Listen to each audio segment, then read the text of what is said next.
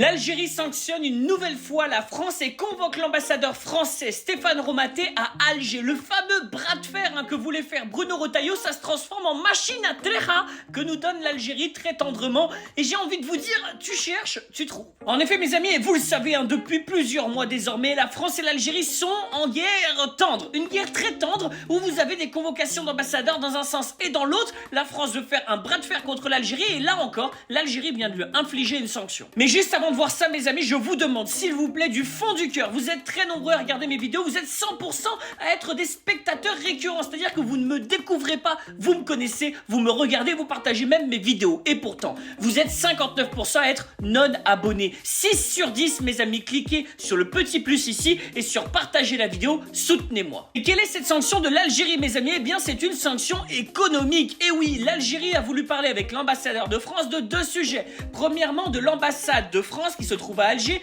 de 140 000 mètres carrés, 14 hectares et qui serait louée à des prix encore plus bas qu'une chambre de bonne à Paris, donc grosso modo 600-700 euros. C'est ridicule, oui, et bien l'Algérie va sanctionner. Deuxième chose, vous avez la résidence de l'ambassadeur de France qu'on appelle les Oliviers. 4 hectares, 40 000 mètres carrés, là encore, loué aux francs symboliques, 1 franc.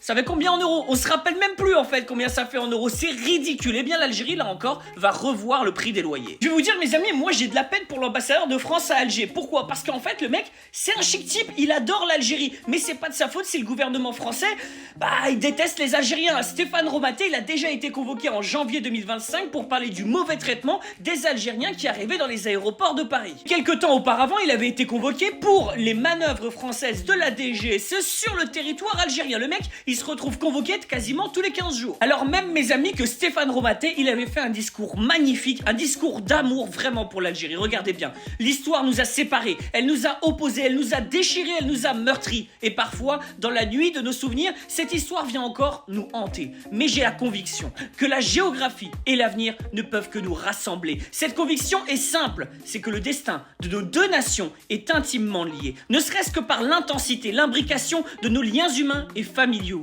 Et c'est face aux crises, notamment celle du Sahel, face aux défis sécuritaires, face à l'urgence climatique, face aux enjeux migratoires, j'ai une conviction, c'est que nous avons besoin l'un de l'autre. Magnifique. Vraiment, un discours d'amour pour l'Algérie. Risqué à cause de Retailleau, il se retrouve convoqué tous les 15 jours comme si c'était au comico, il est obligé de pointer au ministère algérien des Affaires étrangères. Franchement Stéphane, je suis désolé. Je suis vraiment désolé pour toi, mais tu sers un gouvernement qui déteste l'Algérie et qui ne cesse de s'attaquer aux Algériens. Le gouvernement algérien réagit. Tahi El Jazaïr et un jour nous reviendrons à une France vraiment souveraine.